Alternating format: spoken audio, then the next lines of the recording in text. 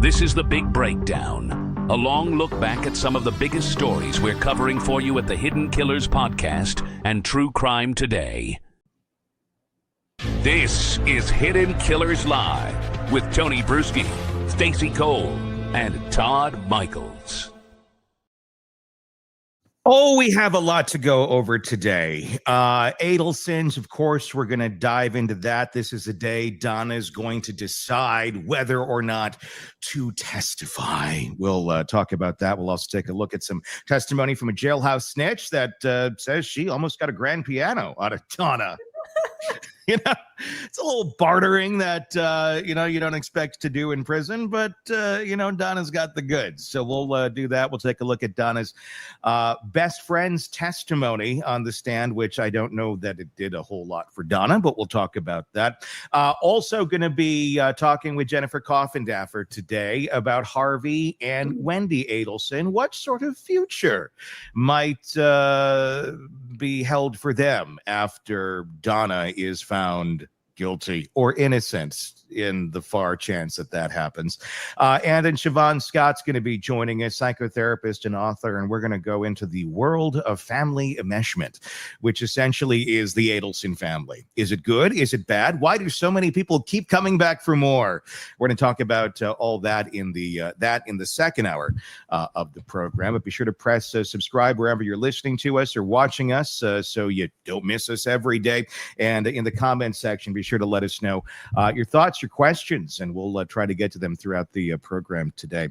But first, we're going to start with some new breaking news. Bryan Kohberger, there's a new detail that has come out that's not going to be just floating away from our radar. It's not about the crime itself, but what was happening in his private conversations right after. And when you hear it, you can't really help but ask what exactly was going on here. So the night after the murders, Bryan's mother, they're talking, as they have been. As you know, Bryan Kohberger and mom are pretty tight. They were talking the morning of the murders, right after, for several hours. And then throughout the day later, he was on the phone with her constantly while he was in jail. But this is an interesting one. The night after the murders, Bryan's mother sent him a news article. It was a link, not just any article. And I don't know how odd this is. That's why I'm curious to get everyone's reaction on it. This one spelled out how Zana Kernodle had bruises all over her body and how she had fought back against the attacker. That's what was being alleged in that article. Think about this for a second. Mom sending her son a link to the story about the brutal murder may be normal. I can kind of understand that. But does it land a little differently while the two of them are already on the phone together? Obviously, she probably doesn't know that, little Bry is the one behind it. But does it strike you as normal? Let's just start there in casual conversation that mom would be sending Bryan, links to this horrible crime. It did happen where he's at. So is it strange on that level? Let's start there. Well, it's odd. Now, I say that as we have an audience of people who love true crime. Mm-hmm. So I don't know. It has to do with the area that he was in. It was a huge news story. So yeah, that could make sense. But then if you turn it on its side and go, wait a minute, that's some really unusual banter between a mom and a son, I think. Well, it depends, I guess, on the relationship. What's unusual? If you and your mom talk about true, if you talk about it, mother, and if you're, like they had a relationship. If you're into that topic, yeah. What's weird about talking about that topic? Yeah, her son turned out to be the killer, but I don't see it as being that out there. When, for example, Devil's Den, that occurred here, where the monster went into the woods and killed the husband and wife recently, and we were covering that quite heavily. Before they found the killer, my mom's, sending me, articles about it and stuff, and I'm letting her know, sending her what I'm reporting about it. So, we talk about those sort of things somewhat. We don't dive into every case. If I said Karen Reed, you'd probably have no idea what I'm talking about. But I don't know. From that dynamic, I don't know that it's that weird. But the topics I talk about sometimes with my mom and my parents, I know are kind of odd. Yeah, but look at what you do for a living. You are the exception. Yeah. I mean, well, but he's a criminology student. So again, is it odd? I don't know. I mean, look, I remember when I was a kid going into the radio station and telling Todd some of the conversations I had with my mom, and Todd would be like, huh? Wait, what's going on there? And in true Todd fashion, I remember none of that. So no, you blocked it out is what happened. Yes. Yeah. But yeah. I don't know how odd that is on the surface, but that's gotta be a weird one to have to try and, comb through all this time later. Yeah. You got to be looking at everything that he said to you on those phone calls and going, what does it mean? What was he saying? I mean, it gets even stranger right after that, their conversation, her texts the next morning to him.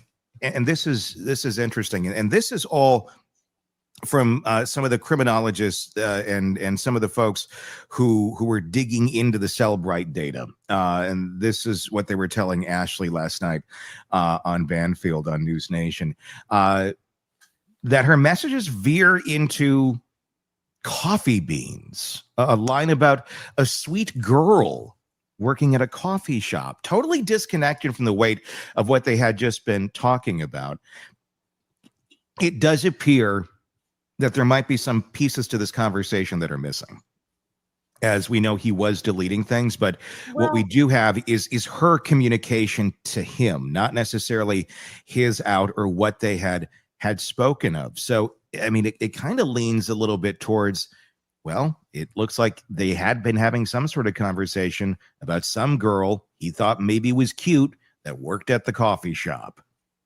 Well, and remember, we've talked about the barista who had a close run-in with him. Yep. So what part of that conversation's missing here, where he's obsessing over this woman who knows nothing about him? Yeah. And he's talking to mom about her. Yeah.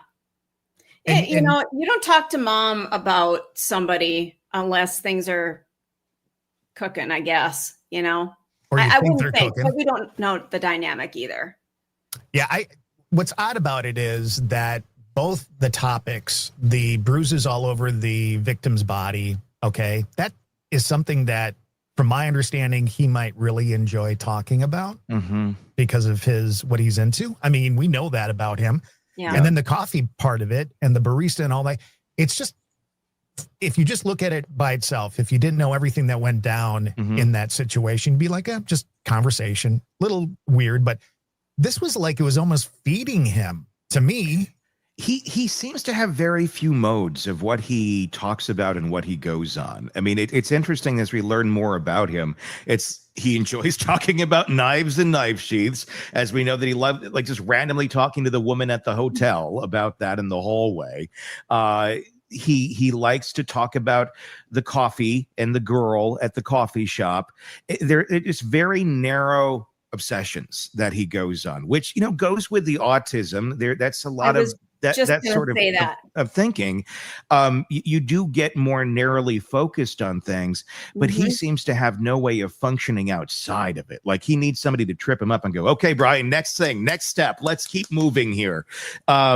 Because he really gets onto that. I'd be really curious. I'd love to know from that mom, what was that conversation like about the bruising, and I hate gory details. I do not like talking about them. We don't show the pictures. We don't do any of that shit because I don't think it adds to the story. But what I am curious about is that conversation. Was he excited? Did that perk Bryan up to sit there and talk about, well, I think this might have happened or that might have happened. The way that Papa Roger character came out online and said, well, I think this, and seemed to have knowledge beyond what was in the current publishings of the moment. If mom could look back and say, well, how did he know that? Well, but don't forget too, and I'm not defending Bryan Kohberger. Please don't ever put me in that category. But being a criminology student, this is his arena. This is where he thrives. This is where, he's studying this. So I remember in the days of, when I went into radio, everything music was talked about with me. Like, oh, we should talk to her about that. Or when I went into veterinary medicine, like, oh, here's this really weird case that, was in the paper for some reason. Or so people gravitate toward those topics. Maybe that was just a innocuous. Hey, he's into that. Yeah. He's going to school for that. Let's talk about something that maybe interests him. And again, you brought up the autism. I've been doing some reading about Temple Grandin. Very, very amazing human being. But she talks about how people on the spectrum, their thoughts aren't linear. They're just very segmented and all over the place. And to people who are not on the spectrum, it looks very odd, incredibly odd. But to them, that's a normal. Yeah. So from our perspective, not being on the spectrum, it's really disconcerting to see this journey that they take to get through a topic. Well, especially when the topics are very off, when they're exactly. That's If he were not a criminology student and he went into great detail about, what happened at this crime and really was digging into the details, I would be very alarmed. But he has that degree. So to me, it's like, it's just another day at the office. What does it say though about like that his mom is the one he's turning to constantly after these horrific things? He literally just killed 4 people, and now he's if you read the tea leaves, he's talking about the cute girl at the coffee shop, which we now know he had some sort of interaction with that made her uncomfortable. It makes you wonder, he's already, the fact that he's able to sit there and think about another human being in any sort of like, maybe I'll date her sort of way after just murdering 4 people. It makes you wonder. I wonder how much in code he spoke to his mom. I wonder how much, gazing at the stars meant something else other than it seems to mean. If he was speaking in certain ways of, I got a crush on this girl, or I like this girl, is more like I'm going to stalk her type. And I've been staring at her outside her window, Mom. She likes Pantene Pro V. Do you like Pantene Pro V, Mom? I want to buy it. I want to smell it. That sort of creepiness. Maybe he didn't have the capability. And it sounds like I'm defending Kohberger. Stop me. I'm not. We know you're a pro burger. No, I'm not. I'm honest to God, I'm not. But I'm, again, doing more reading on this. He does not connect with other people on an emotional level. He does not know how. And not that he couldn't learn, but I think it's really difficult. And I just don't think he had the fostering environment for that to occur. So he doesn't relate to people. He makes people feel very uncomfortable with the interactions. And I just don't think he has a lot of friends. So Mom's always going to be there. He doesn't know how to navigate people. Right. That's his thing.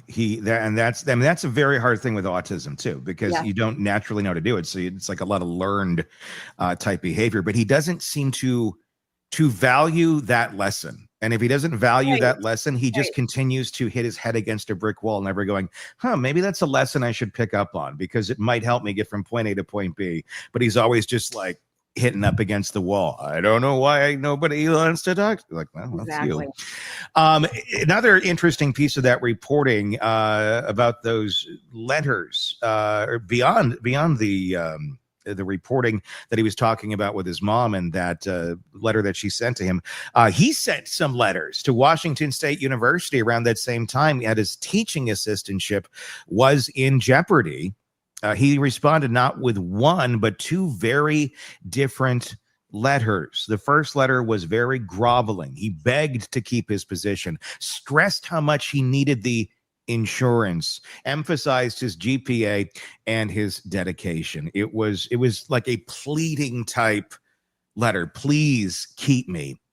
Then a little bit later, sends another one. That one flipped. It went after a female professor directly.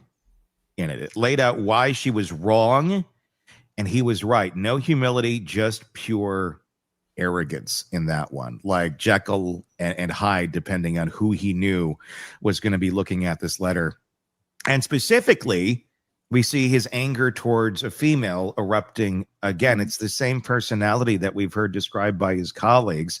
I mean, he's late to classes with female professors, never the male ones. He's rating female students horribly, ignoring the men, dismissing women, but showing deference when he wanted something. And his best buddy appears to be a woman. His mom, his attorneys, all female. What the hell does that say about Bryan Kohberger? I wonder if he saw them as female, though. I wonder if he was able to strip out their gender, that other women that he didn't need or know, they were women, but the ones that were close to him or that he desperately needed, like a professor, like a mom, they weren't women to him. Does that make sense? Like he just categorizes everyone differently. But so Yes. the people who are below him in his mind, below in intelligence, if that's how he scales everything, they're women. Yes. But if there's an intelligent woman next to him, she's different. She's something else, or I don't. Again, it's putting things into those compartments that he needs to be able to relate to them because it's so uncomfortable. You open this door, he respects him. He loves his mom. He trusts his mom. He trusts these attorneys. And shut that one. Open this door over here, and they're pieces of meat and can't be trusted. And it's pulling the doors back in all these different bizarre ways that Kohberger does. That's Bryan Kohberger. Let us know your thoughts in the comment section on YouTube. That's the latest of the little puzzle pieces that we keep learning about the early warning signs and really the after warning signs of Bryan Kohberger. This is Hidden Killers with Tony Bruschi. Here now, Tony Bruschi.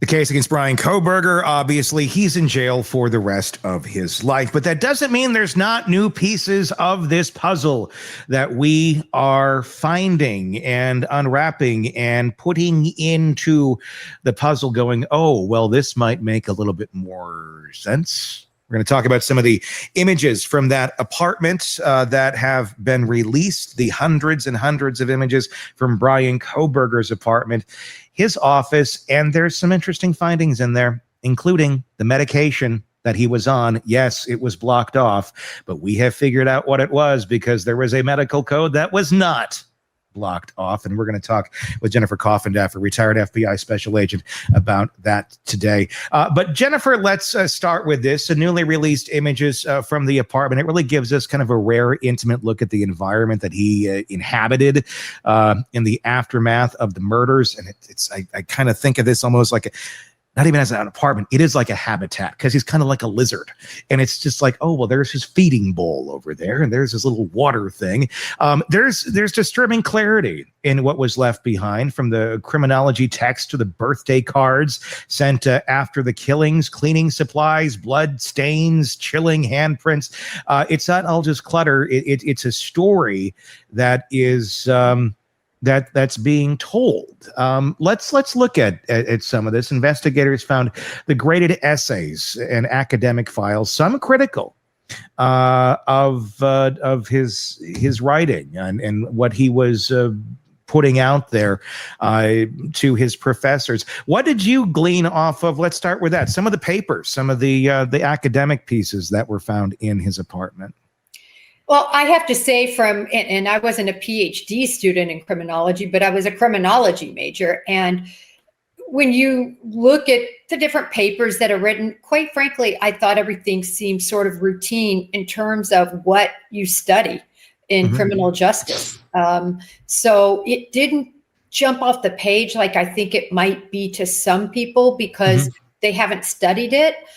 So it was nothing that I found too profound, if you will. I thought it was interesting, though, that he talks about the lack of training with police officers. So He knew that. We all know that. Most of us know that. They go through a very short training period, and that's all the training they ever get for the rest of their career. Other than they don't even get training in shooting. They go out and they qualify with their 50 or 60 rounds once a year, and that's it. So their training is literally OJT, and that's why there's, mistakes made. And he well knew that. I did think that was interesting, almost like he was sort of counting on it.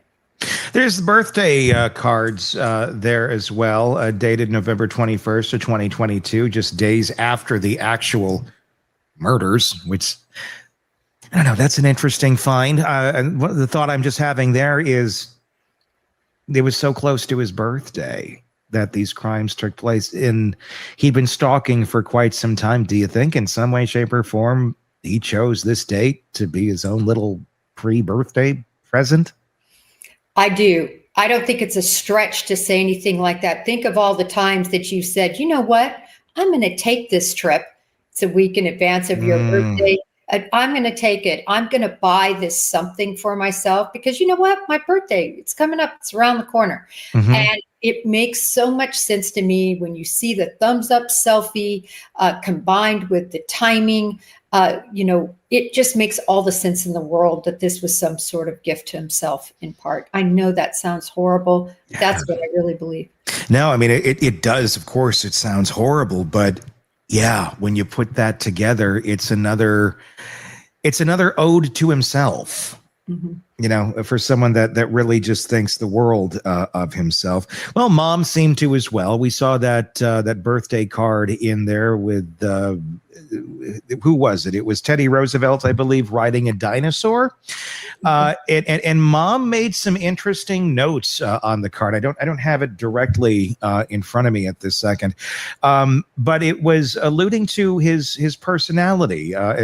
One part being kind of the more formal academic, the Teddy Roosevelt, the other being this dinosaur that's out of control, that's just knocking things down and has no self-control, nothing. It's just out there, this rage in the universe.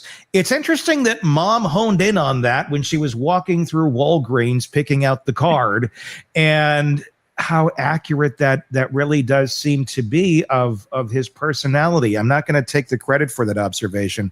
Robin Dreek had that this morning with us. I'm curious to get your thoughts. Yeah, no, I thought it was very interesting. I posted that card right away. I also thought it was interesting, the date of his birthday coinciding. It's just interesting with the 11/22 when he decided to do the murders with 11/22 King Road. Just kind of one of those things. Do I think he did it because of that?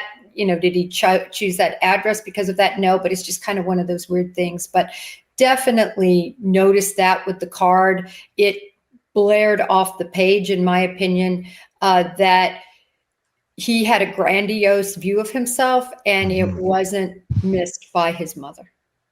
God, the numerology is getting weird on this, isn't it? It is, and that's all it is. But I tell you, it's just over and over again. I keep finding these little nuggets. I mean, not in no way saying it's like supernatural or ghostly. It's more like, did he plan it this way? Did he seek out these numbers to do things in certain ways?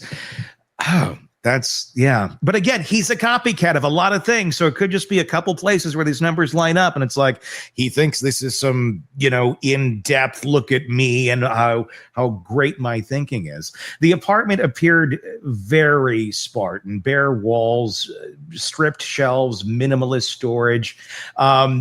In your experience, I mean, does that minimalism, is that an attempt to, erase personal emotion? Does it show he doesn't have any emotion, or to create any sort of psychological distance from anything, including a setting that one would call home? Well, you ready for this, Tony? Because I might throw a wrench in that philosophy. All right. I really believe that I want to see his apartment before the murders. I would have loved to have seen that. I bet you it looked more like his icebox and his pantry. This is my point. He, just like they said, he dismantled that car and put it back together. to make sure he wiped it clean. I think he did that with his apartment. He didn't want any possibility of any blood, any pet hairs, anything being found at a later time. I think he cleaned, he scrubbed. I think he made that apartment that sterile. I don't think it was that sterile before the murders. Mhm. I could be wrong. I just don't think it was that sterile. I think that's why we see no shower curtain and all the other sterileness of that place. I think he got rid of anything. You make a good point. I mean, he did it with the car. We know that, basically described as disassembled. Because I mean, it almost feels like when I look at that apartment, I said earlier on the show today, I said it looks like he's staying at like the Residence Inn or something, where you're just there for a few nights, you're in town, and then you're out. You put a few things in the closet, whatever, and then you're in and out. But this is where he's living for long periods of time, but to not have anything there, it looks like he's getting it ready to sell or to leave or to move out. But that does make a lot of sense. His car was almost, disassembled your car, but I guess you clean it up before you sell it. It kind of had that same sort of vibe to it. That's a very good observation. I'd agree with that. Among the recovered items, a lot of cleaning supplies, which points to that. A box of bear spray. Odd combinations for the context. I mean, how do these elements become more than just supplies in interpreting suspect behavior? Or at this point, is it just kind of random things that we're finding in this house? He got rid of anything that would have been more questionable. There is no way that, in my opinion, that bear spray is random or just something he had around.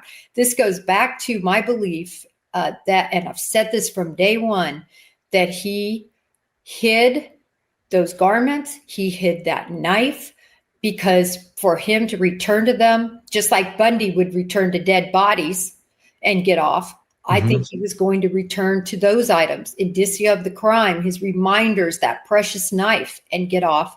And I think it's hidden well within a wooded area somewhere. And I think that bear spray was to protect himself when he went into that environment.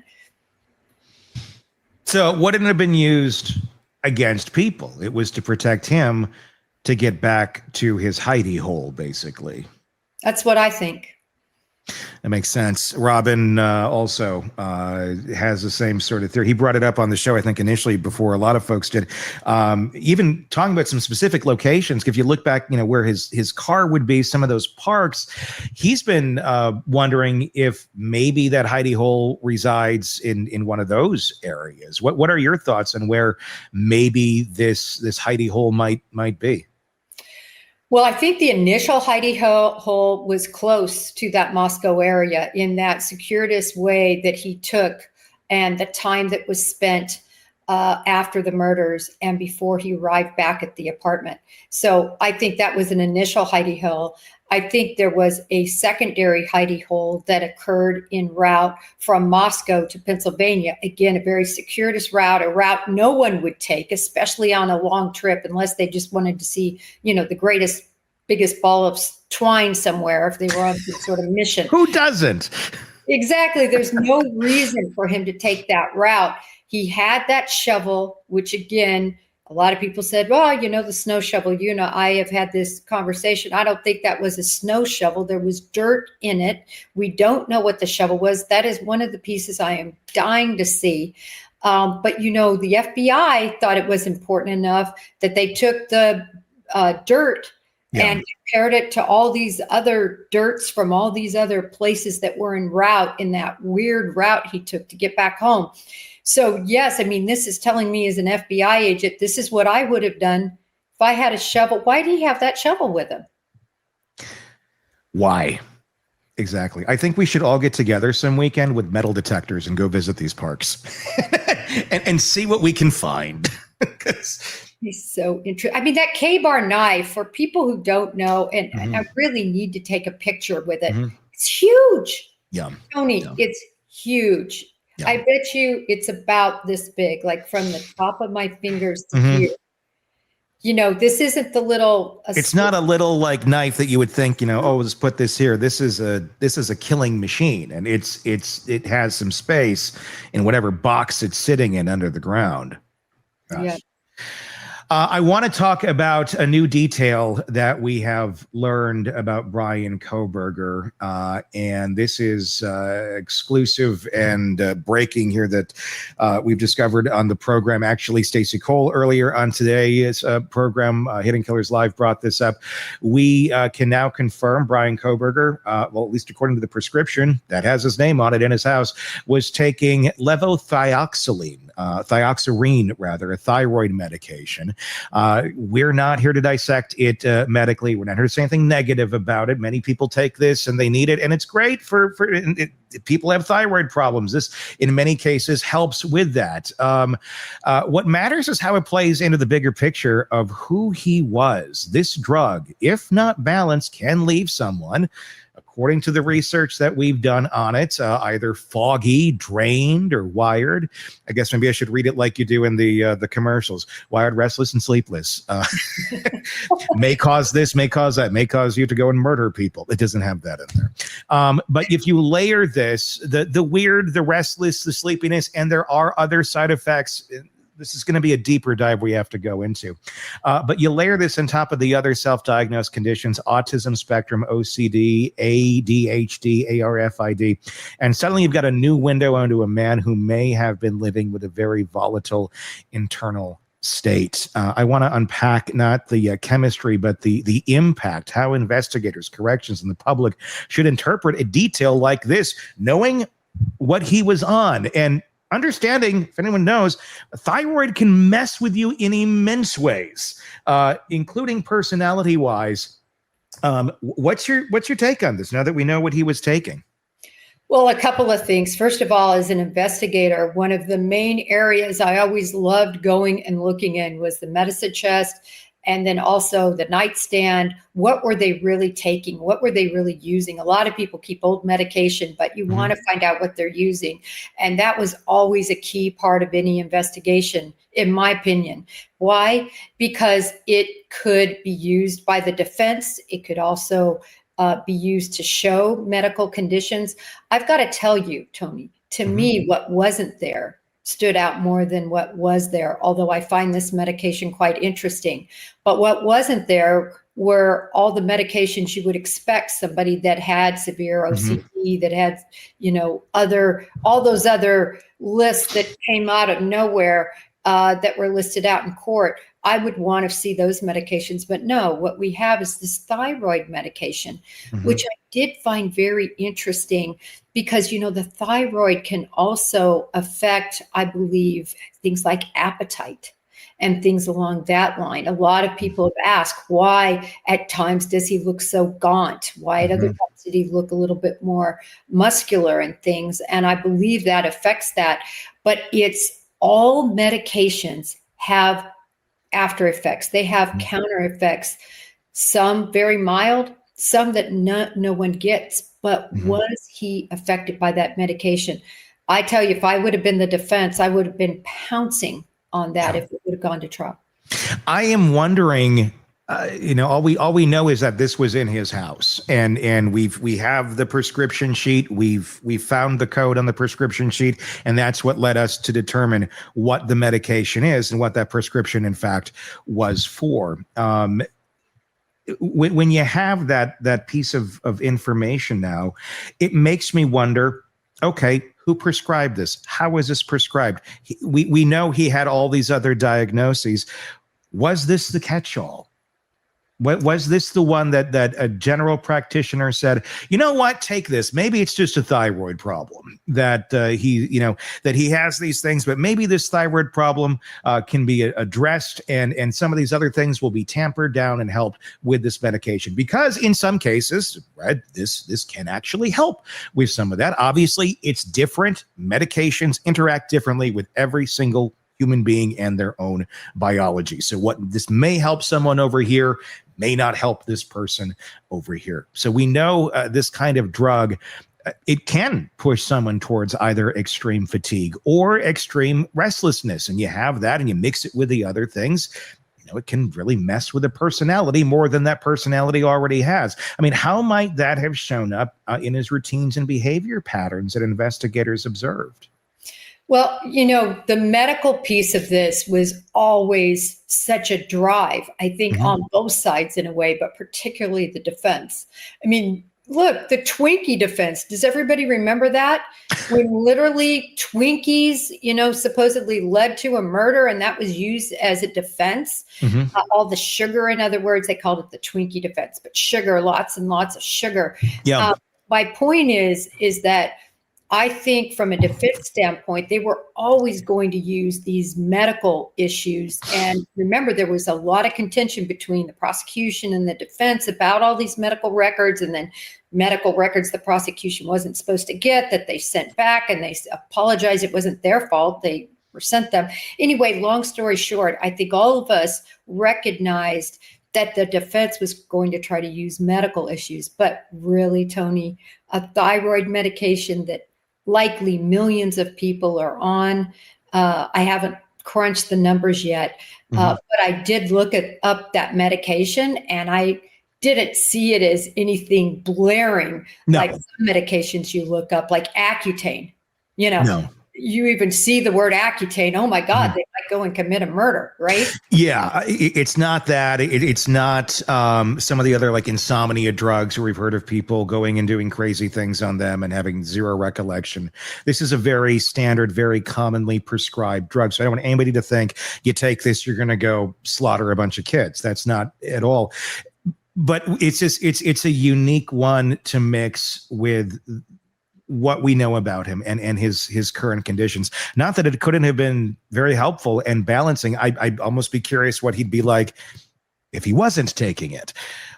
Or was he not taking it, I guess, could be another part of the question as well. Yeah, and the dates. How long was he on it? Was this newly prescribed? Had he been on it for years? All of those details are so important. But what a find. I mean, to me, it's so interesting whenever you find a nugget like that, because we were all wondering if he really was diagnosed with all these horrible conditions to the degree that they somehow played a part in committing a mass murder. Why wasn't he medicated? I mean, early on in his life, we see what he was talking about. I mean, we see there was somebody with a serious problem, and this is all you have in your apartment is a thyroid medication. And that's what I wonder. I mean, why was he medicated? Why wasn't he medicated? Was he properly medicated? I think that's the big question. Was he properly medicated? Because he was diagnosed with all these things before this all happened. The parents knew, he knew there was stuff going on with him that he needed some help for. But depending on who you go to for that help is going to depend on what you're going to get for that. And some, especially if you're a general practitioner, they don't have the insight. They don't have the training as a psychiatrist would to know, hey, this is what you should be taking for this condition or that condition. And it's an astronomical number in our country where general practitioners are prescribing medications for psychiatric conditions that they have no business prescribing them for, because people are not going to a psychiatrist. It's either not attainable, it's too expensive, they're not in their area, it's not covered by their insurance, so they go to their regular doctor, and their doctor is doing the best that they can, quote unquote, to try and help with those problems. And that's what I'm really wondering here in Kohberger's case. Is this one of those stories where they're taking this or taking that? Well, my doctor said I should take it. And if he were to go to a psychiatrist or someone with more experience, they'd say, what? You shouldn't be medicated on that. I mean, in my own life, I've seen this with other people, even with myself. You go to one doctor, why are they giving you that? Like, that's not good for this or that. I mean, everyone seems to have a different expertise or direction, but I'm wondering, was he extremely mismedicated? Well, and this is important too. That was the search of the apartment. Yeah. What was with him in Pennsylvania? In other words, he left that behind. Did he have 2 bottles of it? Was he even taking it? Because this isn't one where it's like, I'm going to take it as needed. This is every day you take this. Otherwise, your thyroid can get way off. And it's not, I mean, depending, thyroids can do a lot of stuff. It can screw with you immensely. And I'm wondering if we've kind of come across something here where there's something, because we know there's something really off about this guy deep down. And it's easy to go, he's evil, he's this, he's that. Does this go back to a thyroid problem that's been mismanaged forever, mixed with all these other mental health issues? And this is how you get this zombie-ish like creature that is Bryan Kohberger, that fixates on things in very unhealthy ways and doesn't seem to know how to interact with society. I'm really wondering how much of this man was made into a zombie, or they were trying to pull him out of that state with meds. I don't know which way it turns. I'd be very interested to look and see. Hopefully those codes will be revealed. They might make sure to redact those now once they see all this. Yeah, now that we put this out there, yeah. But I'd love to see what he had with him that he felt was important enough that he needed to take with him, and what those medications were. And back to your point about basically being sort of chemically altered, right? When you take too much medication and all of that, I think it's going to be interesting to see what he took with him. That's another thing I would like to know. Yeah, what was in that go bag of his? What was he packing as he went along? What did he? I guess another question would be, what did he think he needed to take? Because that can be another big thing with any sort of medication that you're taking, and especially with someone like a Kohberger, where there's clearly some mental health issues going on here. Folks don't always take their meds, and not that a thyroid med is anything like an SSRI or something that you'd be taking for mental health disorders. But sometimes people feel, I don't need that. I don't need that anymore. I'm okay. And you don't take it. And yeah, there's a lot of things that can go wrong with your brain for medications that aren't necessarily designed for that specifically.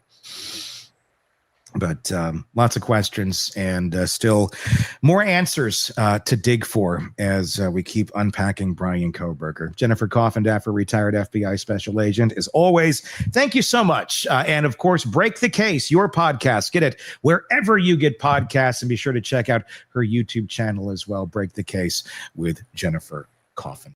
Want more on this case and others? Then press subscribe now and don't miss a moment of true crime coverage from Tony Bruschi and the Hidden Killers podcast.